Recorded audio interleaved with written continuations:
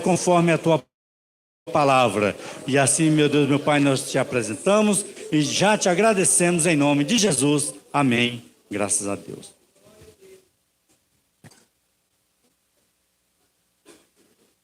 Cumprimento a amada igreja com a paz do Senhor Jesus. Amém.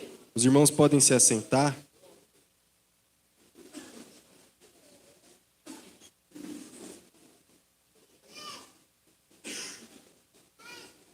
Os irmãos que trouxeram as suas Bíblias, abram comigo no livro de Apocalipse, capítulo de número 5.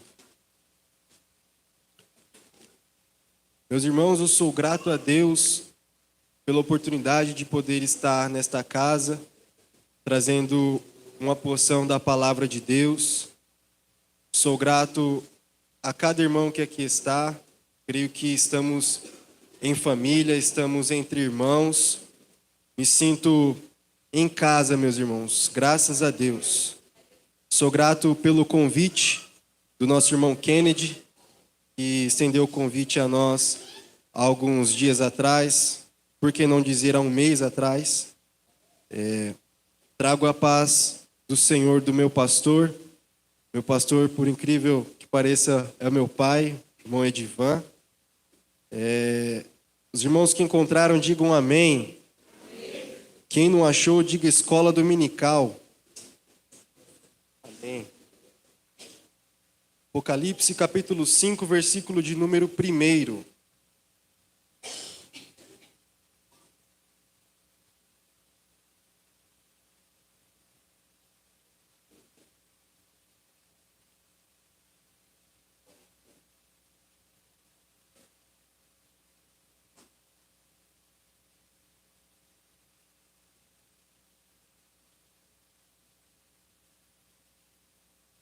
Versículo de número 1 diz assim: Vi na mão direita daquele que estava sentado no trono um livro escrito por dentro e por fora, selado com 7 selos. Vi também um anjo forte que proclamava com grande voz: Quem é digno de abrir o livro e desatar os selos?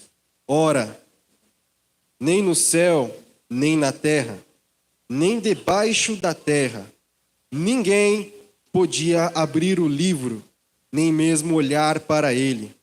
E eu chorava muito, porque ninguém foi achado digno de abrir o livro, nem de mesmo olhar para ele.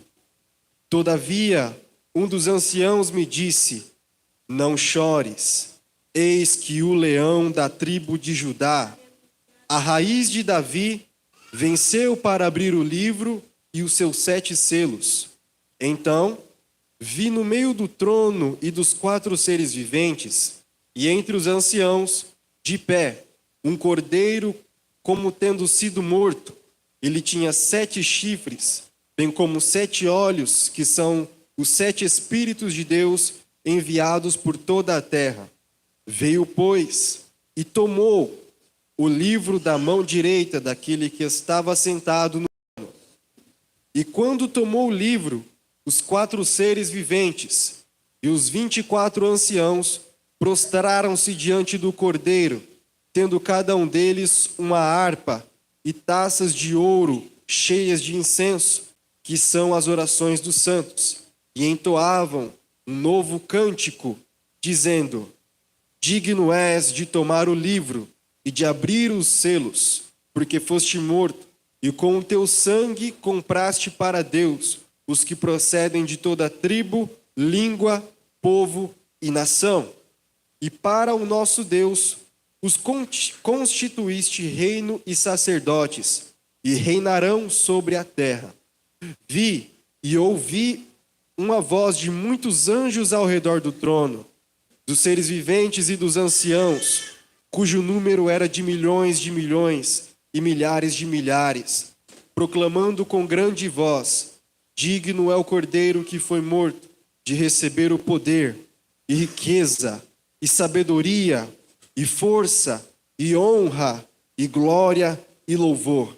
Então ouvi que toda criatura que há no céu e sobre a terra, debaixo da terra e sobre o mar, e tudo que neles há, estava dizendo: aquele que está sentado no trono e ao Cordeiro, seja o louvor e a glória, seja o louvor e a honra e a glória e o domínio pelos séculos dos séculos. E os 4 seres viventes respondiam: Amém.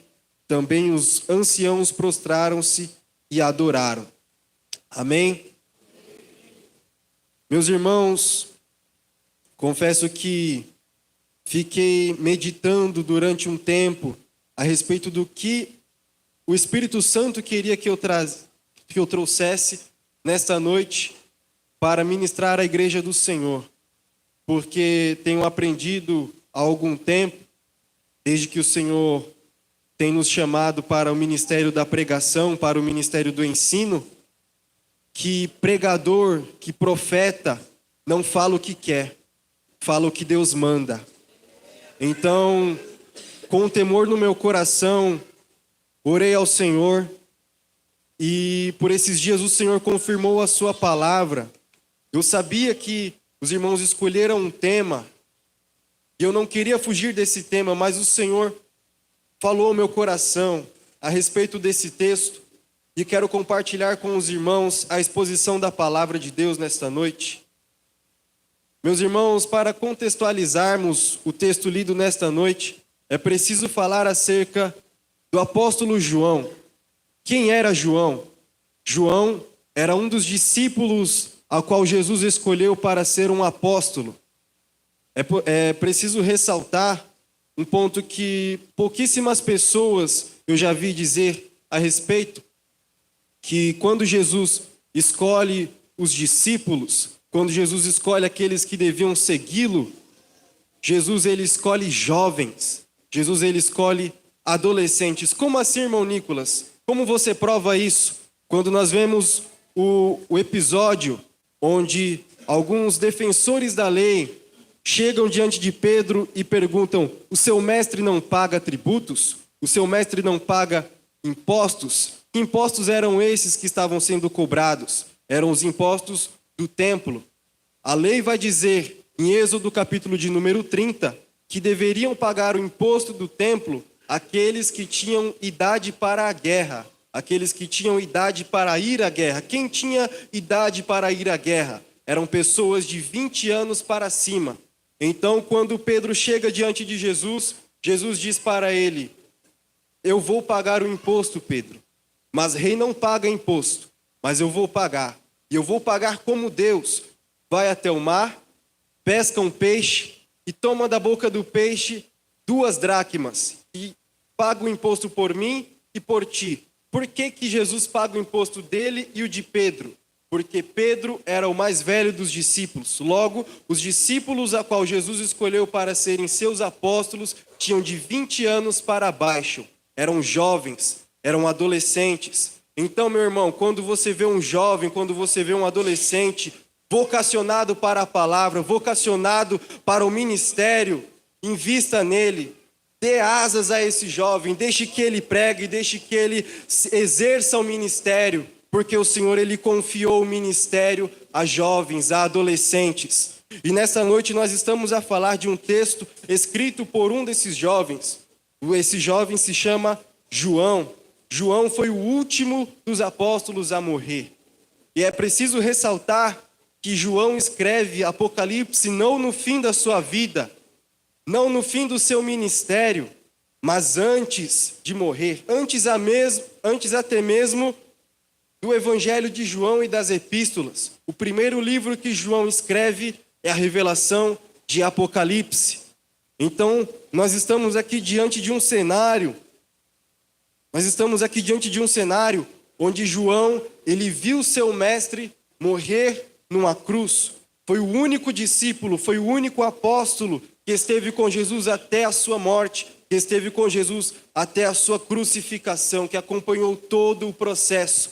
E meus irmãos, ele viu Jesus sendo crucificado. Ele viu Jesus no Gólgota. Ele viu Jesus com a sua carne exposta, com as suas costas dilaceradas, com cravos em suas mãos e em seus pés. Ele viu Jesus sendo humilhado com uma coroa de espinhos, com os guardas, os soldados romanos, eles vendendo e lançando sorte sobre a sua capa. Mas João também foi aquele que viu um ser, quando ele virou para ver aquele que falava com ele, ele viu um ser reluzente, os seus pés como um latão reluzente, a sua voz como voz de muitas águas, e o seu corpo todo glorificado. Ele viu Jesus glorificado, meus irmãos. Ele viu Jesus glorificado. E nesse episódio onde ele começa a receber a revelação de Apocalipse, o Senhor começa a falar para ele, escrever a igrejas, que naquele tempo haviam alguns problemas. No livro de Apocalipse, capítulo de número 2, ele começa a escrever para a igreja de Éfeso, ele escreve a igreja de Esmirna, para a igreja de Pérgamo, para a igreja de Tiatira, para a igreja de Sardes, para a igreja de Filadélfia e para a igreja em Laodiceia. E depois que ele escreve as cartas às 7 igrejas, ele diz no versículo 1 do capítulo 4, exatamente essas palavras: depois destas coisas olhei, e eis que não somente uma porta aberta no céu, como também a primeira voz que eu ouvi, como de trombeta, ao falar comigo, dizendo: sobe aqui e te mostrarei o que deve acontecer depois dessas coisas. E o texto vai dizer que ele se achou em espírito, em uma visão do céu. Que visão era essa? A mesma visão que Isaías teve no seu livro, no capítulo de número 6. A mesma visão que Ezequiel teve quando ele começou a receber a revelação de Deus. Que visão era essa? Ele viu um alto e sublime trono. E ele viu nesse trono alguém que estava assentado, e ele recebia a adoração dos serafins, dos anjos, dos anciãos, dos 4 animais viventes que estavam ao redor do trono. E no capítulo 4 de Apocalipse, nós vemos a canção da criação sendo entoada. Que canção era essa? Capítulo de número 4, versículo de número 9. Quando esses seres viventes derem glória, honra e ações de graças ao que se encontra sentado no trono, ao que vive pelos séculos dos séculos, os 24 anciãos prostrar-se-ão diante daquele que se encontra sentado no trono, adorarão o que vive pelos séculos dos séculos e depositarão as suas coroas diante do trono, proclamando: tu és digno, Senhor, e Deus nosso, de receber a honra, a glória e o poder, porque todas as coisas tu criaste, sim, por tua causa, por tua vontade, vieram a existir e foram criadas. E chegamos no texto ao qual lemos, Apocalipse, capítulo de número 5, versículo de número 1, diz: e vi na mão direita daquele que estava sentado no trono. Frise essa palavra, essas duas palavras, na mão direita. A mão direita representava um símbolo de autoridade e poder. Ou seja, na mão direita daquele que estava sentado no trono, havia um livro escrito por dentro e por fora, selado com 7 selos. O que esse livro representa? Esse livro representa a história da humanidade. Representa tudo aquilo que deveria ser desenrolado no decorrer da história. E ele estava na mão direita daquele que está sentado no trono. Por que na mão direita? Porque aquele que está sentado no trono detém em suas mãos todo o poder, toda a autoridade, todo o domínio. Ele detém em suas mãos a história da humanidade. Ele detém em suas mãos as nossas vidas, meus irmãos. Então não se acanhe, não fique temeroso, porque a sua vida não está nas mãos de qualquer um. A sua vida está nas mãos daquele que está sentado num alto e sublime trono, e ele governa a história. Ele não perdeu o controle. Ele não perdeu o controle da humanidade. Ele não perdeu o controle. Ele controla a humanidade, ele controla a natureza, ele controla a política, ele controla a nossa história. Ele tem o domínio em suas mãos. E esse livro estava selado por dentro e por fora, com 7 selos. E o versículo 2 vai dizer: vi também um anjo forte que proclamava uma grande voz: quem é digno de abrir o livro e lhe desatar os selos? Quem é digno? Ou seja, esse contexto onde nós estamos aqui remete a Levítico capítulo de número 25, onde se fala do ano do jubileu. Este ano do jubileu fala de muitas coisas, de muitos comportamentos, de muitas formas que deveriam ser tratadas a respeito de terras, de possessões no meio do povo judeu. E este texto nos retrata a uma escritura que está nas mãos de um juiz e nos traz à memória que existe um dono que precisa ter a escritura em suas mãos também. Este que vem pegar a escritura das mãos do juiz, ou seja, uma cópia da escritura, se chama Jesus Cristo. E nós vemos, através da revelação do Apocalipse, um anjo proclamando com grande voz: quem é digno de abrir o livro e lhe desatar os selos? Versículo 3. Ora, nem no céu, nem sobre a terra, nem debaixo da terra, ninguém poderia abrir o livro, nem mesmo olhar para ele. Ou, como está escrito em algumas outras versões da Bíblia, até em outra língua, não podiam abrir o livro, nem mesmo ver o seu conteúdo. Ou seja, o livro estava nas mãos daquele que está sentado no trono, estava nas mãos de Deus, e ninguém poderia saber o que estava escrito naquele livro, a não ser aquele que é digno de pegar o livro da mão daquele que está sentado no trono. Ao estudar essa passagem, meus irmãos, eu comecei a pensar, e através de alguns estudos, podemos entender que João é levado a um momento na eternidade, onde Cristo ainda não havia chegado. Que momento era esse?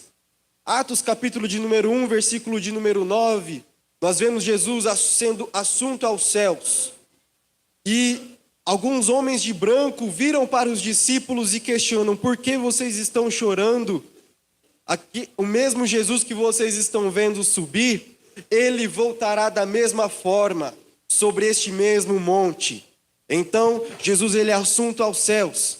E, pasmem os irmãos, João é levado a um momento na eternidade, em sua visão, um momento onde Jesus ainda não havia chegado. Que momento era esse? O maior momento de tensão na eternidade.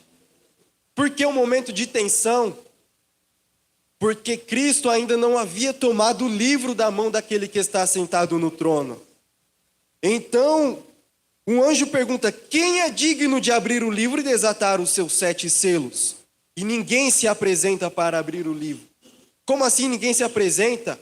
Não havia anjos, não havia serafins, não havia querubins, não havia os anciãos, não havia os animais, mas ninguém era digno. E o texto vai dizer que nem no céu, nem sobre a terra, ou seja, não existia político, não existia rei, não existia governador, não existia sacerdote, não existia levita, não existia ninguém sobre a terra e não existia nem embaixo da terra. Não existia demônio, não existia Satanás, ninguém poderia tomar o livro daquele que está sentado no trono. E o verso 4 vai dizer: e eu chorava muito, porque ninguém foi achado digno de abrir o livro, nem mesmo de olhar para ele. João está no momento de tensão na eternidade. Ninguém é digno, ninguém pode pegar o livro. E quantas das vezes nós não nos encontramos em prantos, nós não nos encontramos em choro, porque nós estamos diante de situações onde nós não sabemos o que vai ser daqui para frente. Era isso que se passava na mente de João.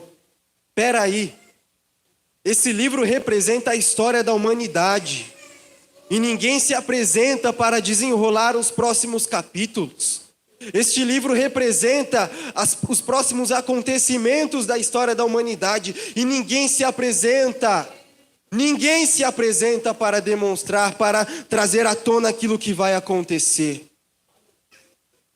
E o verso de número 5 diz assim: todavia, um dos anciãos me disse: não chores, eis que o leão da tribo de Judá, a raiz de Davi, venceu para abrir o livro e desatar os seus 7 selos.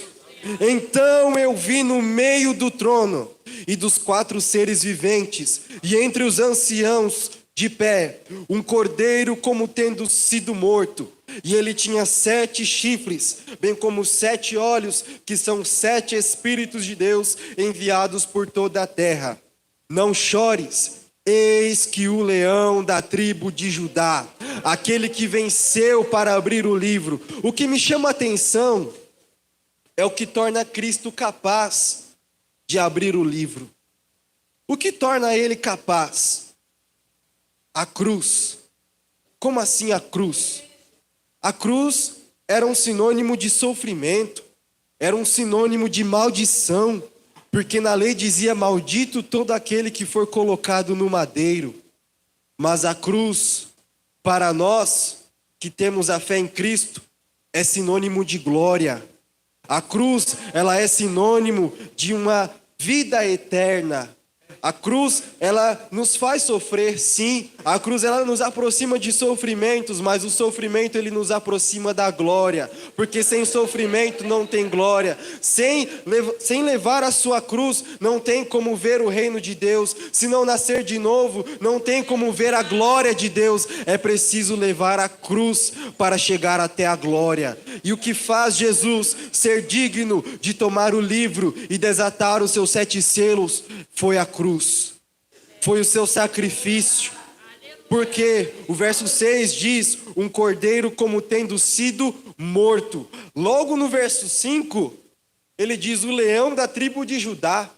E no verso 6, assemelha ele a um cordeiro. Porque antes de ser leão, é preciso ser cordeiro. Antes de ser leão, é preciso se entregar como um cordeiro, sem reclamar, sem murmurar. É preciso ir até a cruz e sofrer o dano da cruz. O que me entristece é que muitas pessoas hoje querem a glória do leão, mas não querem o sofrimento do cordeiro. Querem a glória de estar no céu e contemplar as grandezas de Deus, mas não querem estar aos pés da cruz, não querem estar aos pés de Jesus, sofrendo junto com Ele. Não querem. Mas eu creio que nesta noite existem pessoas aqui que querem dobrar os seus joelhos perante a cruz de Cristo e sofrer a cruz junto com a cruz de Cristo, para que possam desfrutar da glória juntamente com Cristo. Aleluia! Porque ele é assemelhado ao leão da tribo de Judá. Quando nós vamos lá para Gênesis, lá em Gênesis, Jacó, ele fala para o seu filho Judá que ele era como um leãozinho. Ele fala para ele: você é como um leãozinho, como um filhote de leão. Mas da tua semente virá um. E ele não vai ser um leãozinho. Ele vai ser o leão, um leão adulto, o leão vencedor, o leão vitorioso. Esse é o nosso Jesus. Ele morreu como um cordeiro, mas ressuscitou como um leão. E como um leão, ele voltará para buscar a sua igreja. Como um leão, ele voltará entre as nuvens para arrebatar o seu povo e nos levar juntamente com ele para a glória. Glória a Deus.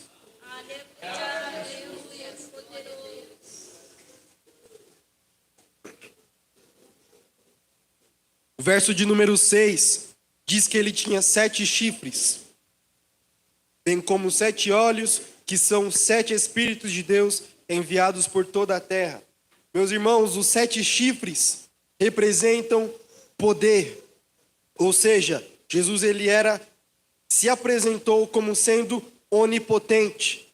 Seus 7 olhos representam a ciência, representam toda a sabedoria, ou seja, Jesus ele se apresenta como onipotente e onisciente. E os 7 Espíritos enviados por toda a terra representam sua onipresença. Ou seja, Jesus se apresenta no céu como sendo semelhante ao próprio Deus, como sendo digno de receber a mesma glória que o próprio Deus recebia assentado no seu trono. E o verso 7 diz que veio, pois, e tomou o livro da mão direita daquele que estava sentado no trono. Ou seja, o livro que estava na mão direita, que representava poder e autoridade, é tomado pelas mãos do Cordeiro. Ou seja, o Cordeiro, ele detém todo o poder e toda a autoridade. O Cordeiro, ele detém em suas mãos o controle da história. O Cordeiro detém em suas mãos o poder de desatar os seus 7 selos do livro e desencadear os próximos acontecimentos da história.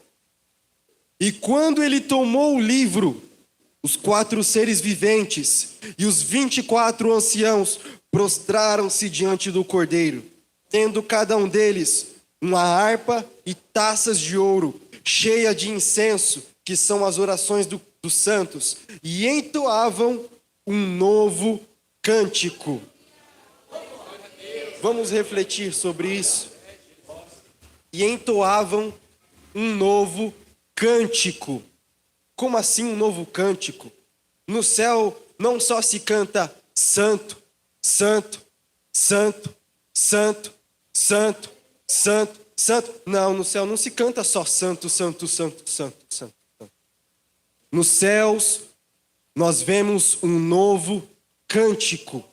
Por que um novo cântico? Porque a adoração ela não é estática. A adoração ela é dinâmica. A adoração ela se direciona conforme aquilo que é contemplado. O que é adoração?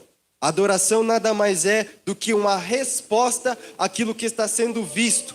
Ou seja, enquanto Jesus se apresenta como sendo leão e digno de tomar o livro das mãos daquele que estava sentado sobre o trono, aqueles que estavam olhando, que estavam observando aquela cena, começam a entoar um novo cântico. Peraí, ninguém era digno de abrir o livro e desatar os selos, mas agora alguém é digno. E eles diziam: digno és de tomar o livro e de abrir os selos, porque foste morto e com o seu sangue compraste para Deus os que procedem de toda tribo, língua, povo e nação. E para o nosso Deus os constituíste reino de sacerdotes e reinarão sobre a terra. Então a adoração, ela não é estática. A adoração, ela é dinâmica. E a nossa adoração na terra, como que anda? Como que está? Porque sempre que Jesus traz ensinamentos que assemelham os céus e a terra, ele coloca os céus em primeiro lugar. Quando os discípulos perguntam para Jesus, pedem para ele: mestre, ensina-nos a orar. Jesus diz: quando fordes orar, oreis assim: Pai nosso que estás nos céus, santificado seja o vosso nome. Venha a nós o teu reino, seja feita a tua vontade, assim na terra como no céu. Ou seja, a adoração no céu é referência para nós na nossa adoração aqui na terra. E se a adoração é resposta ao que está sendo contemplado, o que nós estamos contemplando? O que nos motiva a adorar todos os dias? O que nos motiva a glorificar? Porque a adoração, meus irmãos, a adoração não é louvor. Louvor é uma expressão da adoração. A adoração é todo momento, toda hora, todo minuto, a cada passo, a cada fala, a cada pensamento. Isso é adoração. De que forma nós estamos adorando ao Pai? Nesta noite, o versículo tema diz que o Pai procura os que o adoram em espírito e em verdade. O louvor é uma expressão da adoração. E Deus gosta de ser adorado com louvor. Deus gosta de ser louvado com cânticos, com música. Mas Ele também gosta de ser adorado com honra, com obediência, com mansidão, com temor, com humildade. Isso também é adoração. Isso também é adoração. De que forma nós estamos adorando nesta noite? Que nós possamos apresentar diante de Deus uma adoração simples e sincera. Assim como Davi. Davi tinha tudo. Davi tinha o trono, Davi tinha o dinheiro, Davi tinha a glória, Davi tinha esposas, Davi tinha tudo que um homem poderia ter na terra. Mas ele estava disposto a abandonar tudo para estar nos átrios do Senhor. Ele estava disposto a abrir mão de tudo. Ele estava inconformado. Como que eu moro num palácio e a presença de Deus mora numa tenda? Ele estava disposto a abrir mão do palácio para estar na glória dentro da tenda. Porque a presença, ela não precisa de um templo bonito, de um templo suntuoso, de estruturas magníficas que os olhos humanos vêm dizer: uau, que maravilha, que coisa linda. Não, a presença de Deus não precisa disso. Até porque Ele escolheu habitar dentro de nós, meros pecadores, meros homens miseráveis, cheios de pecados, mas Ele escolheu morar dentro de nós. Isso é graça, isso é misericórdia, isso é o sacrifício de Cristo imputado em nossas vidas. É isso que nos faz dignos de contemplar aquele que está sentado no trono e de render glória ao Cordeiro. Versículo de número 11. E vi e ouvi uma voz de muitos anjos ao redor do trono. Veja, ele ouve uma voz de muitos anjos. Ou seja, a adoração no céu, ela não é dividida.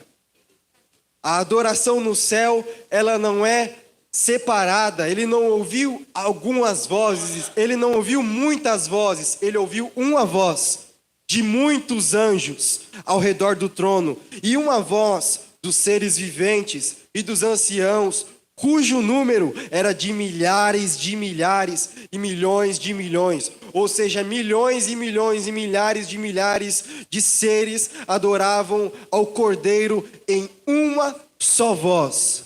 Em uma só voz. E nós precisamos adorar ao Pai com as nossas vidas, e em grupo e em uma só voz. Se tem divisão, não tem uma só voz. Se tem disse-me disse, não tem uma só voz. Se tem, aleluia, se tem conversa paralela, não tem uma só voz. É preciso falar uma só língua, é preciso falar uma só voz, porque quem adora ao Pai em espírito e em verdade, adora em uma só voz, em um só parecer, no mesmo espírito, no mesmo batismo, na mesma fé, no mesmo sentimento que houve em Cristo Jesus, em uma só voz, proclamando em grande voz: digno é o Cordeiro que foi morto de receber o poder e a riqueza e a sabedoria e a força e a honra e a glória e o louvor. Digno é o Cordeiro. Então ouvi que toda criatura que há no céu e sobre a terra, debaixo da terra e sobre o mar, e tudo que neles há, estava dizendo para aquele que estava sentado no trono e ao Cordeiro. Ou seja, no capítulo 4, nós vemos a criação, nós vemos os animais, nós vemos os anciãos adorando ao que está sentado no trono. Agora nós vemos eles adorando ao que está sentado no trono e ao Cordeiro. Porque assim como o Pai é digno de receber glória e poder, o Cordeiro também é digno de receber honra, glória, força, poder, sabedoria e ações de graça. E isso nada mais é do que uma resposta à oração de Jesus no Evangelho de João, capítulo de número 17, versículo de número 5, onde ele diz: glorifica-me, ó Pai, com a glória que eu tinha contigo antes da criação do mundo.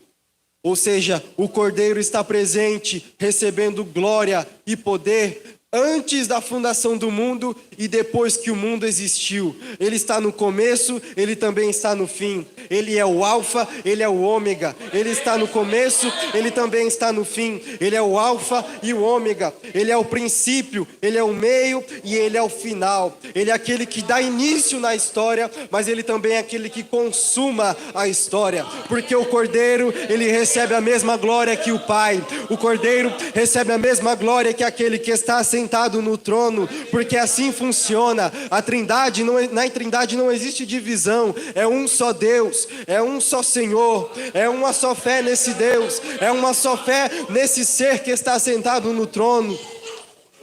Aleluia.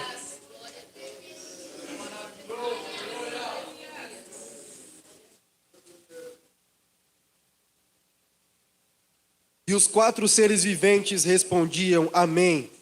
E também os anciãos prostraram-se e adoraram. E depois destas coisas, nós vemos o desenrolar da história. Nós vemos o Cordeiro abrindo os selos. E nós vemos o que estava escrito nos selos. Nós vemos o que iria acontecer depois que o Cordeiro toma o livro em suas mãos. E meus irmãos, para a nossa reflexão, fica isso. João viu aquele que estava sentado no trono, e em suas mãos havia um livro. Jesus, ele se apresenta para tomar o livro, porque só ele era digno, só ele era merecedor, só ele tinha poder, só ele tinha autoridade para tomar o livro daquele que estava sentado no trono. E este livro representa a nossa história, representa a nossa vida, representa a história da humanidade. Veja que João, ele chora, João, ele se angustia, e quantas das vezes nós sabemos que está nas mãos de Deus, o nosso futuro está nas mãos de Deus, a nossa história está nas mãos de Deus, os planos de Deus são maiores do que os nossos, mas nós não o conhecemos, mas o Cordeiro conhece, e ele é digno de tomar o livro, ele tem o controle das nossas vidas nas mãos dele. Então nesta noite a mensagem para a sua alma é: não chores. Não chores, não chores, porque o Cordeiro está com as suas mãos no livro. Não chores, porque o Cordeiro detém o poder em suas mãos, porque o Cordeiro detém a sua história, a sua vida, o seu futuro está nas mãos de Deus. Confie somente no Senhor, porque Ele tem o melhor para nós, Ele tem o melhor para a sua vida, Ele tem o melhor para a sua família, Ele tem o melhor para a sua casa, Ele tem o melhor para o seu futuro. Está nas mãos do Cordeiro, está nas mãos de Deus, está nas mãos de Deus. E enquanto você confia naquele que está sentado no trono, enquanto você confia que a sua história está nas mãos do Cordeiro, Deus coloca um novo cântico na sua boca, porque momento de tribulação, o processo, ele não é para nos matar, o processo, ele não é para nos derrubar, mas é para nos fazer ver melhor a glória de Deus, é para nos aproximar de Deus. Enquanto nós nos aproximamos do Senhor, Ele coloca um novo cântico na nossa boca, Ele coloca um novo cântico, um novo louvor, uma nova esperança. É como Paulo diz em 2 Coríntios, que ainda que o nosso homem exterior se corrompa dia após dia, contudo, o nosso homem interior vai sendo renovado, renovado, renovado. E nesta noite tem renovo para a sua alma, nesta noite tem renovo para a sua vida. Não desanimes, não fique perplexo, não fique desanimado, porque nós somos atribulados, mas não desanimados. Nós estamos perplexos, mas não desesperados, porque sabemos que a nossa vida, que a nossa história não está nas mãos de qualquer um, está nas mãos do Cordeiro, está nas mãos de Deus. Ele tem o controle das nossas vidas nas mãos dele. Fique com essa palavra em nome de Jesus. Eu agradeço a oportunidade.